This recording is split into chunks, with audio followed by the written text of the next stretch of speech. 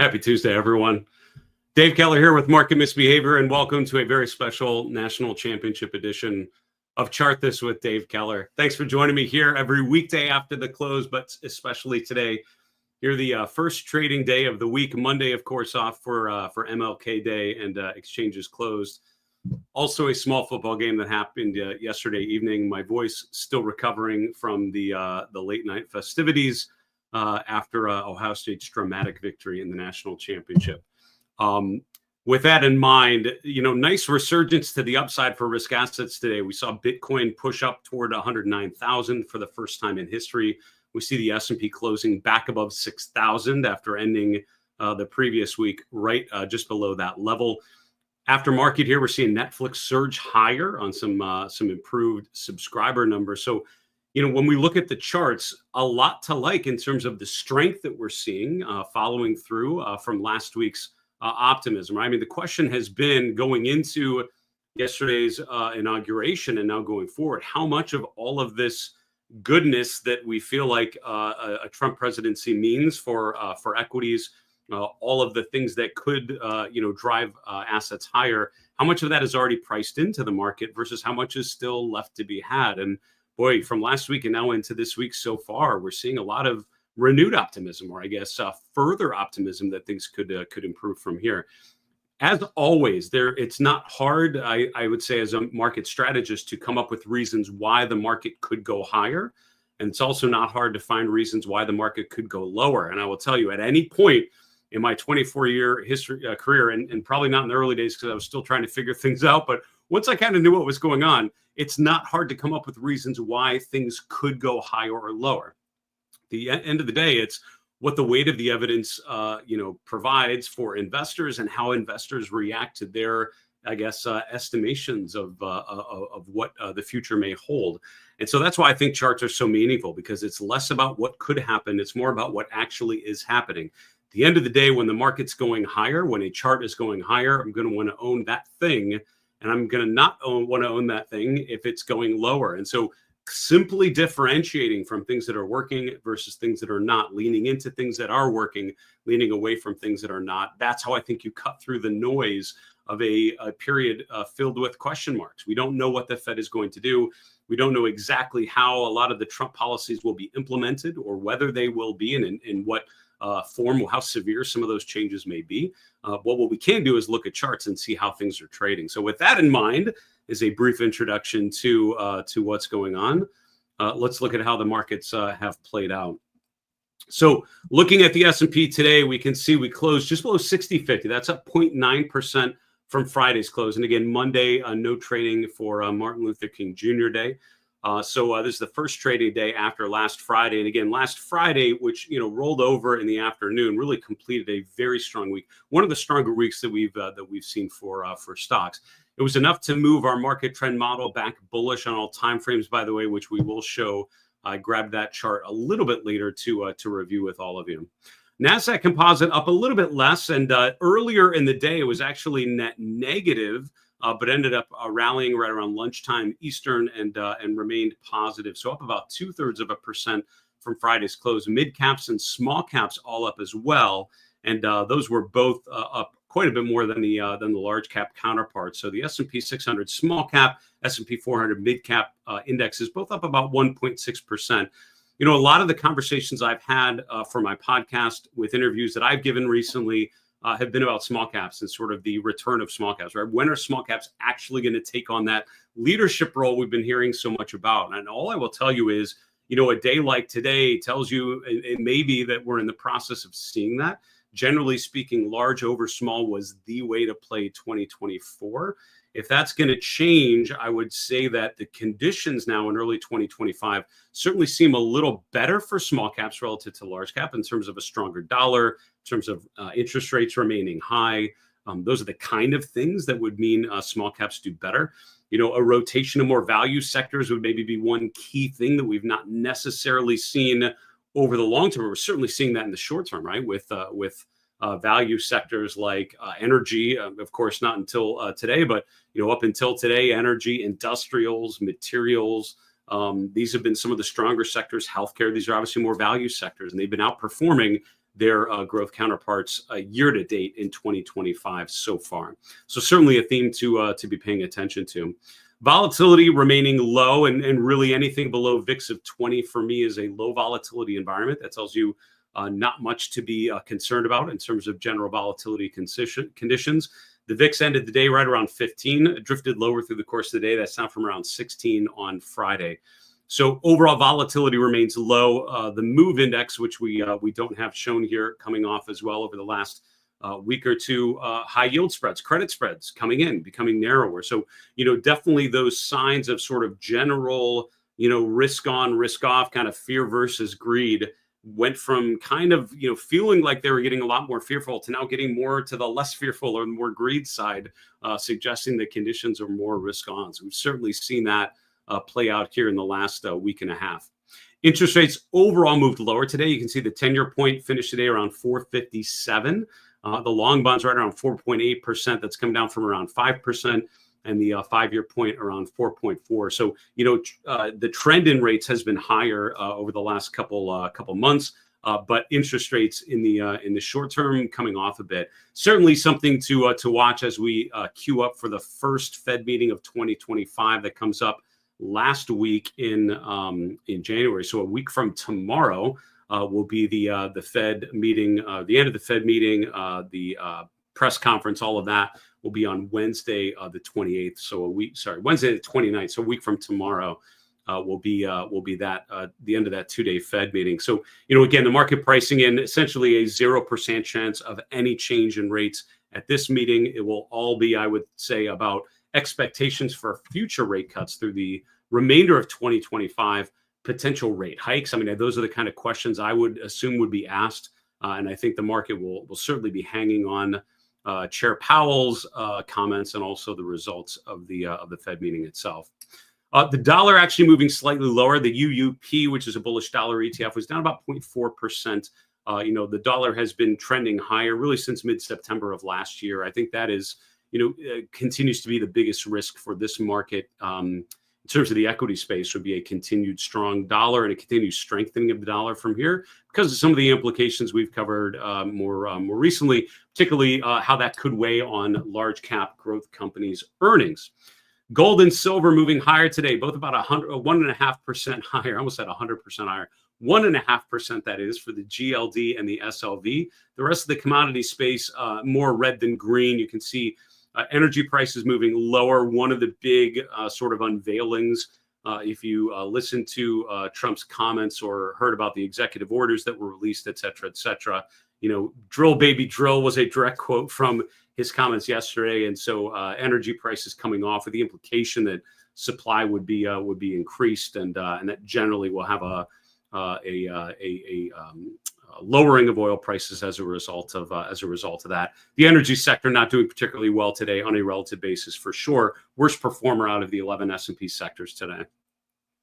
Cryptocurrencies overall quite strong. Yesterday as the events sort of played out in Washington, D.C., you saw Bitcoin touch 109,000 for the first time in history. It did pull back to almost 100,000 over the last 24 hours, but going into the equity trading session back on the upside, currently trading just below 107,000 after reaching that earlier in the day. It's up about 4% from yesterday, and that's after the pullback to around 102,000. So we're sort of back up in a position of strength. Chart of Bitcoin certainly seeming to improve. We'll look how things play out from here, but overall continue to be strong. Ether prices and the rest of the top 10 coins all in the green today. All right, looking at the 11 S&P sectors here, we can see that industrials, number one, the XLI was up 2% today. Real estate, a fairly defensive sector, was up 1.8%. Healthcare, number three, and utilities, number four.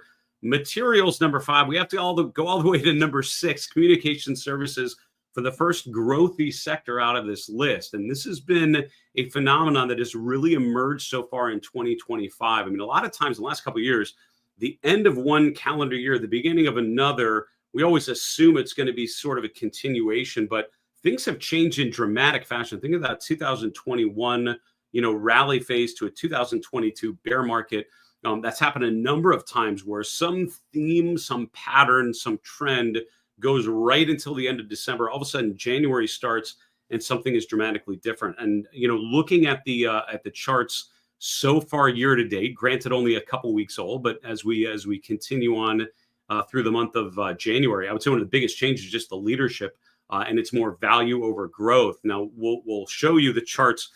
Maybe actually, I don't know if I grabbed that for this one, but if you look at the charts of growth versus value, the long-term trend obviously still very much favoring growth, but in the short term, some of these value sectors have done quite well on a relative basis, and I think that's a key theme to pay attention to, because that would be a dramatically different vibe than we had through much of 2024. So we're continuing to see strength in sectors like industrials, healthcare, and then defensive sectors like real estate and utilities at the top of the leaderboard today. As I mentioned, only one of the 11 S&P sectors in the red, the energy sector, the XLE, was down about 0.5%. The two consumer sectors, discretionary and staples, number 2 and 3 from the bottom of the list today. I mentioned our market trend model. I did grab a chart of the S&P's market trend model. That's the main model that we track. As of Friday's close, it did turn back bullish, had been bearish on the short term, still bullish on the medium term and long term. And that's important for me because that medium term model is the main one that I use to think about risk, right? When the medium term model is bullish for the S&P, that tells me to think more about capital growth. When the medium term model is bearish, it tells me to think more about capital preservation. It's all about whether you're putting cash to work into risk assets, taking risk for the possibility of further gains or greater gains. On the other hand, the medium-term model negative, that tells me to focus more on capital preservation, more on raising cash, unwinding risky positions, and trying to cushion yourself from market downside and be ready to redeploy when conditions start to improve. I'm seeing a lot of charts that are improving here so far in the last week for sure, from the S&P and the NASDAQ to a lot of individual names finding new 52-week highs going into this shortened holiday week. So for now, the medium-term model remaining bullish, the short-term model turning back bullish for me tells me, even though there are plenty of reasons why the market could and arguably even should go down, they are not doing so. The markets are going up. Don't fight the trend. Don't fight the Fed. Those are two things I was taught early on. I will do my best to encourage you to stick to those things, because I think those market maxims still very much hold true here in 2025. Looking at the Magnificent Seven and friends, sort of these leading growth names, a little mixed, to be honest with you. I have NVIDIA and Amazon both up about 2% today. Netflix finished the regular trading session about 1.4% higher. They reported after the close today. Initial look before we went live looks like it was actually a pretty positive result, improved subscriber numbers, and it looks like the stock was jumping in the after hours. We'll grab that chart a little bit later just to see how things are playing out. On the downside, though, Microsoft actually down slightly today. Tesla down 0.6%. Apple down over 3% today. Apple, I mean, I tell you what, the Magnificent Seven has now all of a sudden felt like the Magnificent Six and Apple, which is a horrible thing to say about Apple. But I mean, one stock that is just not doing what the others are. The others are either stabilizing, finding their footing, or starting to just flat out break out, like you're seeing with Alphabet and arguably now with Netflix. Apple still going lower while the remainder of these are going higher. I think it's important with a group of stocks like this to not think of them as a homogenous group, right? This group of names, while they at times have moved together, really represent, there are some similarities for sure and some overlap between some of these names, 100% true. However, I would say you're starting to certainly see some differences at times. And this is one where Apple very much a negative outlier compared to the relative strength and I guess resilience of some of these other leading growth names. As a reminder, I can see questions coming in. I do see some initial questions and comments coming in from our different platforms where we're live streaming. We are streaming on Facebook, on LinkedIn, on YouTube, and on X. I appreciate you so much tuning in on any of those platforms. I appreciate any questions you can give me, because we'll grab a question or two at the end of today's live stream. Anything we don't get to, we'll put it in our mailbag. We did an all mailbag episode on Friday. It was a lot of fun, some really good, thoughtful questions. And that all mailbag episode, I can take a little more time, be a little more thoughtful with some of my answers, have some charts prepared to tell the story a little bit better. So any questions are welcome. And again, I appreciate those of you that are tuning in live and keeping it interesting and active. All right, let's get to the market carpet. This is looking at the entire S&P 500 on one screen. I love visualizations like this that allow you to go kind of macro to micro, big picture to small picture. It's a great way to generally structure any sort of financial analysis process, I would argue, but especially here. So, first reaction, I guess, to the overall configuration here, certainly feels like more of a positive day than a negative day. You can see certain sectors feeling a lot more strength than others. General takeaways that I would have looking at the market carpet here today. Number one, just the consistent strength in some of these sectors, and they're more value sectors generally, like industrials and healthcare, stand out to me as just a lot of strength. So I'm not surprised when we looked earlier and saw that these were toward the top of the leaderboard. You're seeing a lot of individual names that are showing strength. Some of these are earnings names coming out here, like some of the airlines reporting early earnings. I think UAL, I want to say, on the earnings list today or this week. I think I grabbed that chart here. I actually forget which charts I grabbed. It was sort of a scramble going into the live stream, but I believe I grabbed some of those charts to go through.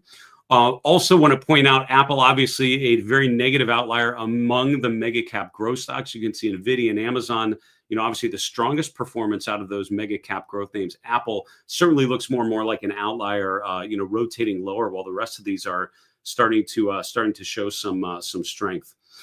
Final thing I would say is within the energy sector, obviously quite a bit of red in here. There are some counter trend, or I guess some stocks bucking the trend, like Williams, KMI pushing higher today. But generally the energy space is hurting a bit. Energy sector has been top performer year to date through the end of last week, and I would say that's arguably driven primarily by crude oil prices going higher. Right, when crude oil prices are heading more towards $80 a barrel, that's what's going to cause energy companies to do better, because they're really tied to the price of crude oil. What we heard from President Trump now yesterday in the inaugural address, and really in comments after, implies some things that could certainly weigh on crude oil prices. That there's been quite a bit of fluctuation, but generally trending higher. Maybe there's a big question mark on that trend, and as a result, energy stocks generally kind of moving lower through the course of the day today. Those are sort of the general observations with the heat map. We think a lot about the value leadership. And again, I think that's an emerging trend to very much pay attention to. Worth noting here that some of the growthier names, particularly in the technology sector, doing quite well today. Notice some of the semiconductors, right, like Micron, moving higher today. That's important because the semiconductor ETFs have been languishing sideways, right? The SMH, the SOX are sort of in a range-bound sideways trend. Names like Micron having a nice boost could certainly move to change that for sure. But generally speaking, a lot of interesting names in there. Seagate, which is an earnings name as well, coming top of mind for me. Those are some of the impressions looking in the market carpet. And again, I'm struck by the strength broadly in healthcare and in industrials. And I would just remind you, if these are sectors you've been avoiding for a while because they've been underperforming, I don't blame you, because you're right.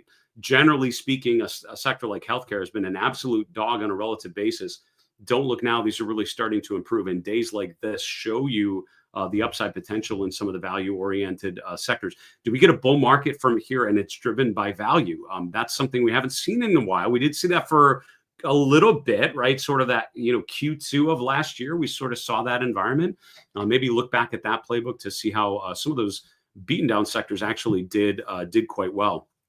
So I grabbed a bunch of charts. So here's what you're seeing, a behind the scenes look at what I do to get this, get ready for the show every day. What I do is during the day, I throw a bunch of things into a chart list, and then I go in later and sort of move things around. I did not make time to do that, but it's close enough that we're just going to go with it. So that's where we're at here. All right, let's look at the daily chart of the S&P 500. And here's what I will tell you, right? I mean, more and more over the last week, it has felt like this breakdown thesis with the S&P pushing below 5850, clearing the way for a test of 5600, which was our sort of our base case after the first week in January. Boy, certainly not to be had. And I would say as we broke back above 5850, that brought that thesis into question. This gap, I think, is a key one. This is the gap from last week. That was, let's see, that was Friday with it. So that was Tuesday, right? We had that Tuesday into Wednesday, the gap higher, the higher open on Wednesday that pushed up to the 50-day. There's Thursday's pullback, Friday's pop. And then here's oh, actually, is that true?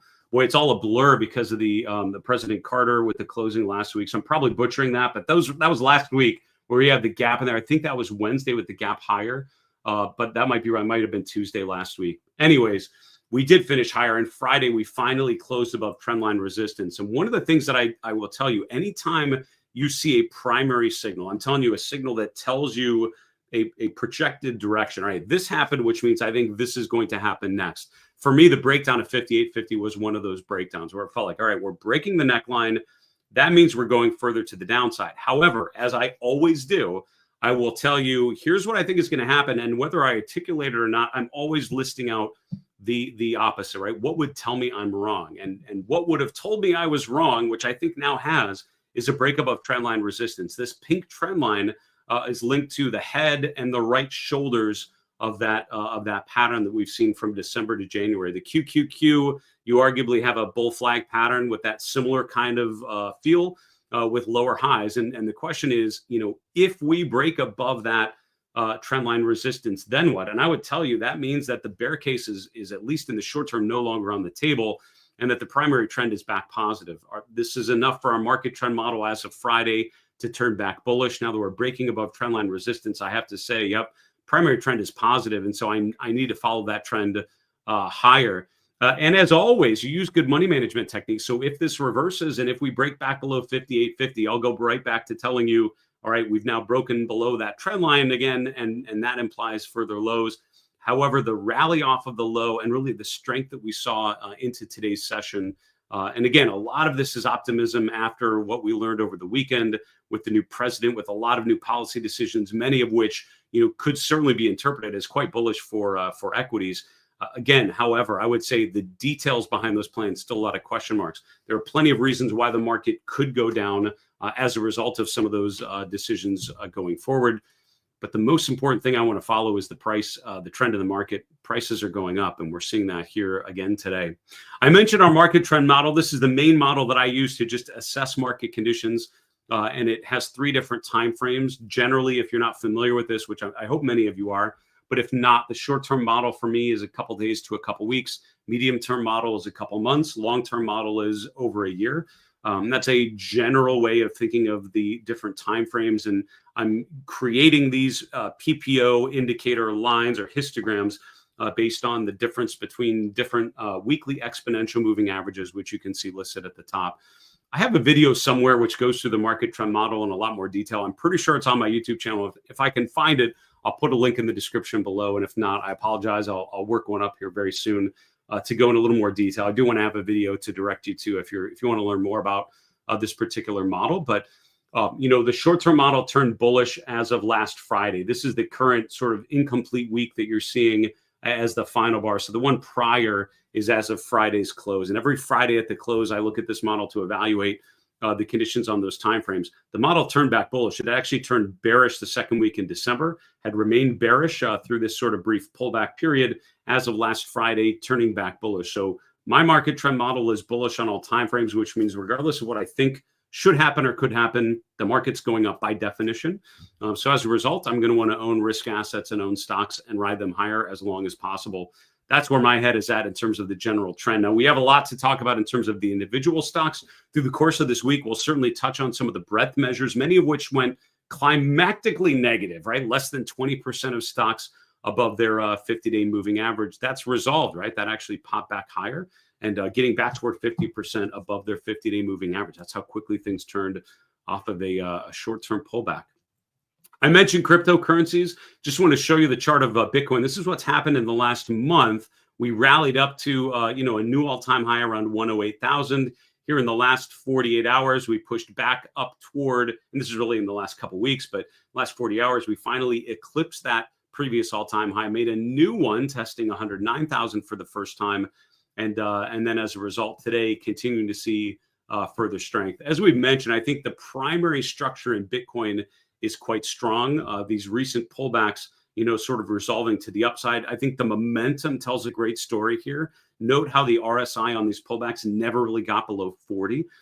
It's still quite constructive. So I think the primary trend, based on the best analysis of technical indicators, suggests further uptrend to be had for Bitcoin until proven otherwise. And again, now back above 2 upward sloping moving averages, pretty encouraging. Got a bunch of charts. We'll start with the QQQ and then I have a number of individual stocks. And again, I apologize. Usually there's a very thoughtful and deliberate order to these. I didn't get there in terms of my planning for the show, so I'll do my best to address each chart individually. But while the S&P has broken above trendline resistance from that head and shoulders like pattern, you can see that the QQQ arguably is more of a bull flag pattern, right? Of a rally phase and then a short-term pattern of lower highs and lower lows. We finally broke above the upper end of that bull flag pattern, on Friday. The question for today, do you get follow through? We did. Now, earlier in the day, the NASDAQ was moving lower and actually right out of the open actually looked like it might actually be, be spending a little more time below the zero level. But through the course of the day, appreciating along with other equities, reflecting or I guess reaffirming that further optimism that we felt last week. So that continues that breakout. I would argue this is a bullish breakout of a pattern. So as much as I would tell you there, again, that there are reasons why the market could go lower, prices are going higher. Now, one thing to note, obviously, we pulled back just like with Bitcoin. You can see the RSI held 40. So still that primary structure within the pullback still felt more long-term positive. And so I think this sort of reinitiates probably a retest of the December high. That's just around 538 or so for the QQQ. All right, looking at some individual names, Apple, again, I think is important to highlight as sort of an outlier, right? While the rest of the Magnificent Seven are either holding their ground like an NVIDIA, breaking out like an Alphabet, I would say Apple is very much a different look to this chart. While others pulled back December into January and have now found their footing, Apple has managed to break below its 50-day moving average, retest the 50-day from below, and now break back lower. Today actually pushed us below the 38.2% retracement level. That's based on the April 24 low and the December 24 high. That's pretty important. I think that's important because in a constructive phase, you'd see pullbacks, but breaking below the 38.2% level can often be an initial sign that, okay, this is a lot more significant than we initially expected, because this is where a lot of times a pullback will sort of find its footing above that level. Excuse me. And then rotate higher. We're not getting that actually. We're seeing Apple continue to trade lower, a lower gap today, which means I'm immediately thinking of this sort of range. We'll call it from 225 to 227. That's also right at the 38.2% retracement level. All of that's happening here today. So I think getting back above that gap would be pretty important in the short term. The 200-day moving average is not far below current levels.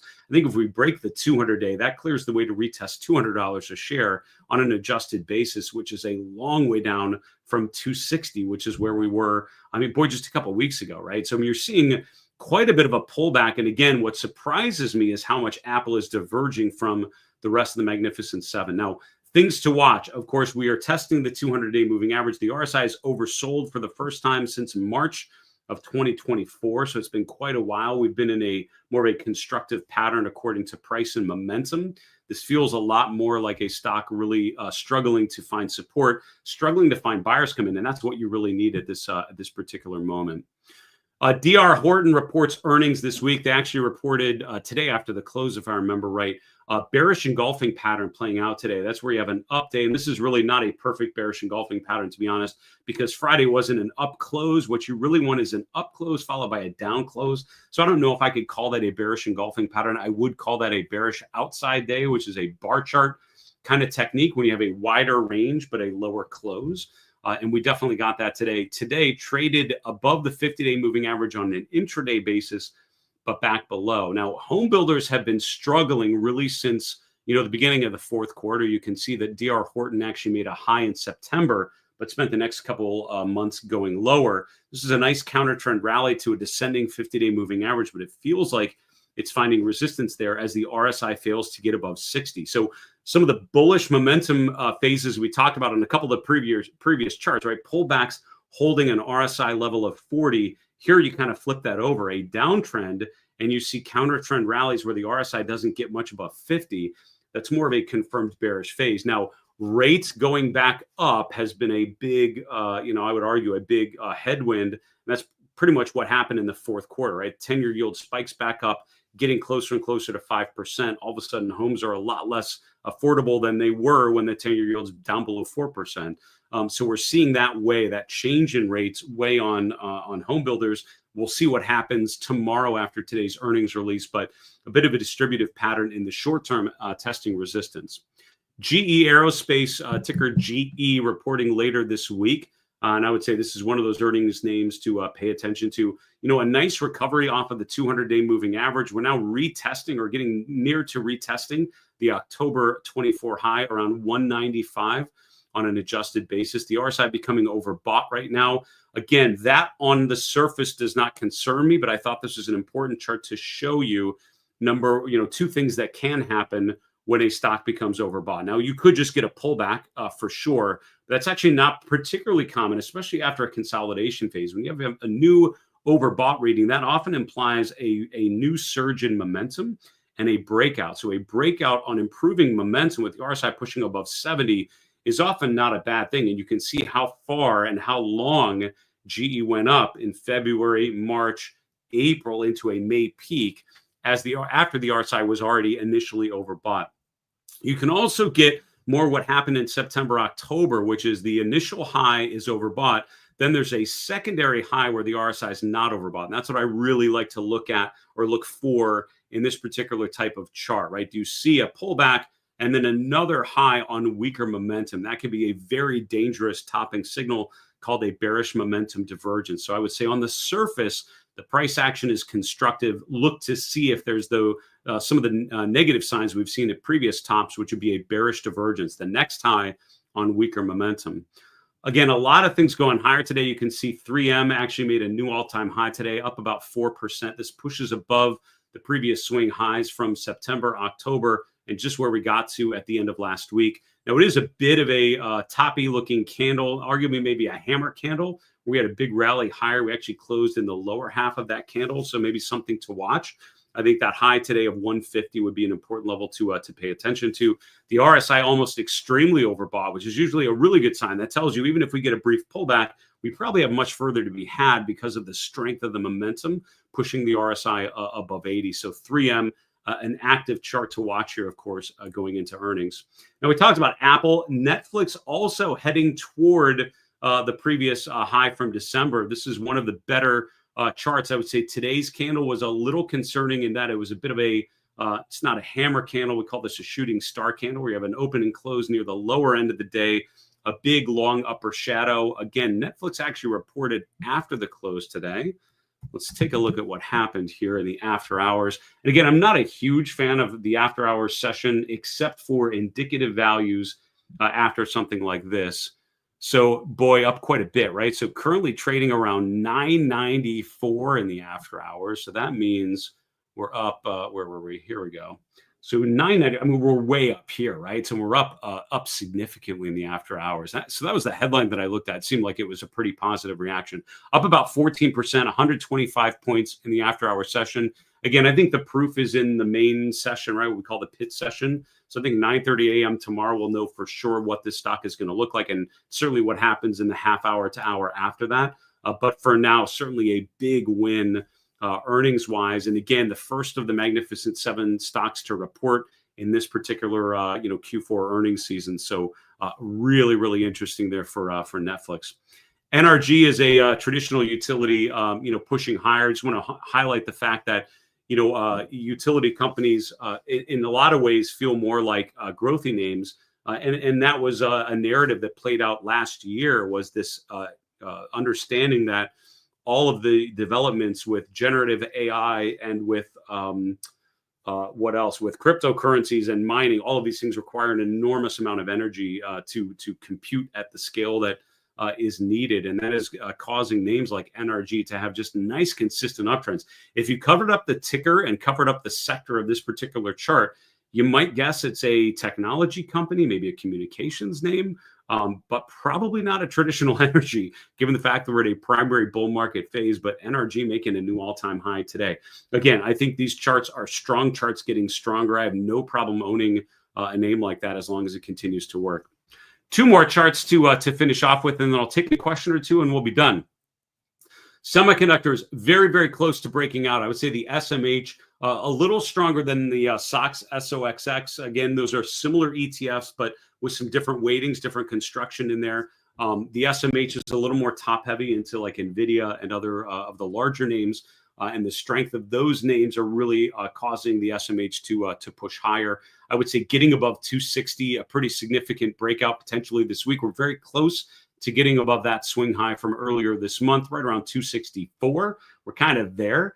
So we'll see if we can get that upside breakout on improved volume, improved momentum. So the RSI looking good, pushing above 60. This is one of those times when an indicator like chicken money flow can be helpful to see if there's accumulation, meaning stronger volume on these up days getting out of this range. So this is a good time on semiconductors, I would argue, to use things like the chicken money flow, the CMF indicator.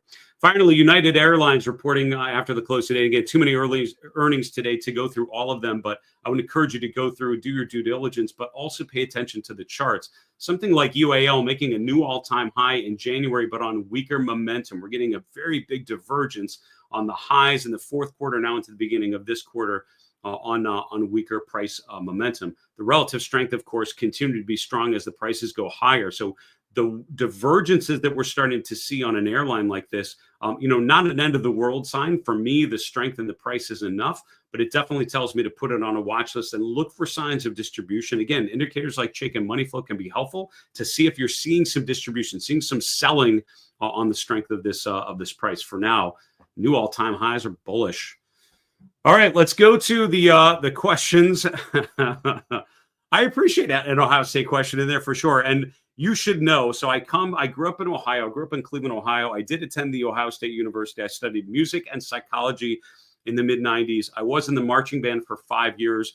Boy, when we were in the marching band, we did not go to a bunch of playoff games. They've traveled a ton in the last 6 weeks. I never got that. We got to go to Sugar Bowls, a Rose Bowl, some Citrus Bowls. But I, again, spent formative years as a Buckeye, and will continue to bleed scarlet and gray.